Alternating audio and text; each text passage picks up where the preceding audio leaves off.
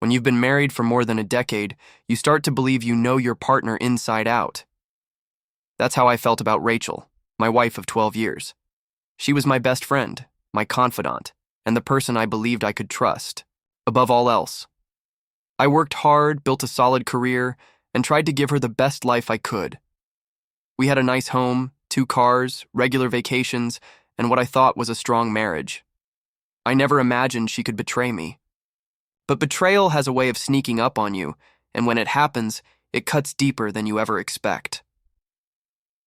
It was an ordinary Tuesday afternoon when everything changed. I was at my desk, catching up on emails, when my phone buzzed. It was a message from Rachel. I smiled, expecting the usual, maybe a sweet check-in or a reminder about groceries. Instead, when I opened it, I froze. The text read, "Don't worry, he'll pay for the vacation. We just have to act normal around him until then." At first, I thought I had misread it. My mind refused to process the words. Who was he? Why did she need to act normal?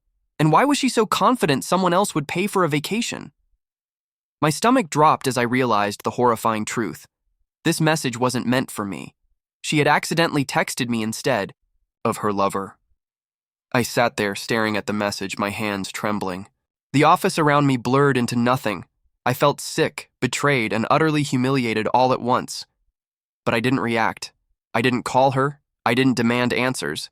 Instead, I replied with a simple, "Okay, can't wait." If she was careless enough to send me that text, I wanted to see how much deeper the rabbit hole went. That evening, I acted normal.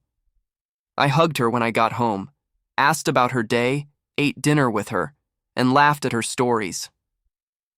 She was completely unaware that she had just exposed herself. Watching her sit across the table smiling like nothing was wrong made my blood boil, but I kept my composure. If she thought I was clueless, then that gave me the upper hand. Over the next week, I paid closer attention. Rachel was suddenly very protective of her phone. She kept it face down, carried it everywhere, even into the bathroom. She had more girls' nights and late work meetings than usual. The lies poured out of her so smoothly it was almost impressive. But thanks to that accidental text, I knew exactly what to look for. I used our family plan to sync her phone to my laptop. Within hours, I had access to her messages. And there it was, the proof. Dozens of texts between her and a man named Derek. Flirty jokes, long late-night conversations, and plans for weekends together. They talked about me like I was a fool. One message burned into my brain. "Don't worry, he'll pay for the vacation." Like always, he works too much to notice anything. My rage turned into a cold, calculated calm. She wasn't just cheating on me emotionally. She was using my money to fund her little affair.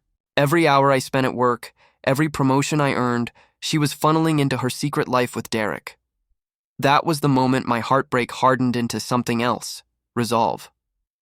If she thought she could play me for a fool, she had no idea who she was dealing with.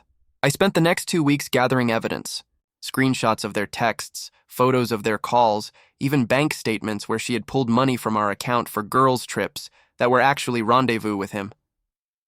I built a folder so thick a lawyer would have no trouble tearing her apart in court.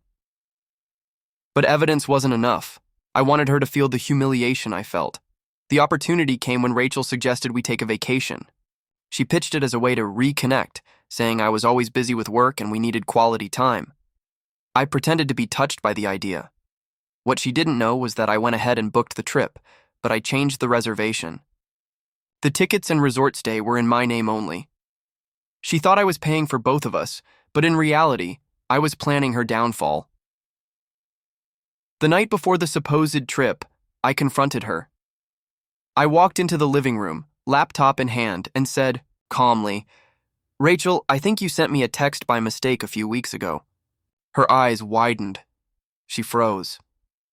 "What text?" she asked, her voice trembling. I opened the folder and began reading her own words aloud. Line after line of her messages with Derek filled the room. Her face went pale, then red, then pale again.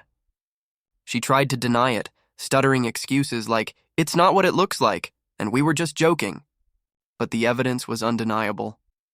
Finally, I looked her in the eye and said, "You told Derek I'd pay for your vacation. Funny thing is, tomorrow I'm going on vacation, but you won't be coming with me."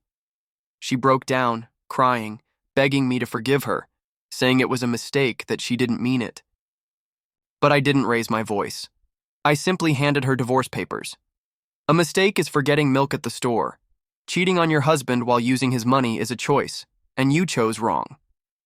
The next morning, I boarded the plane, alone, but free. I drank champagne at the resort, enjoying the trip I had earned with my own money. Back home, Rachel was left with nothing but shame. Derek disappeared almost instantly once her free ride was over. The divorce was swift. With all the evidence, I kept the house, most of the savings, and my dignity. Rachel, on the other hand, lost everything: her comfortable lifestyle, her reputation, even her so-called lover, and all because of one careless text. One slip of the thumb was all it took to expose her lies. She thought she was clever. She thought she could play me. But in the end, her little game cost her everything.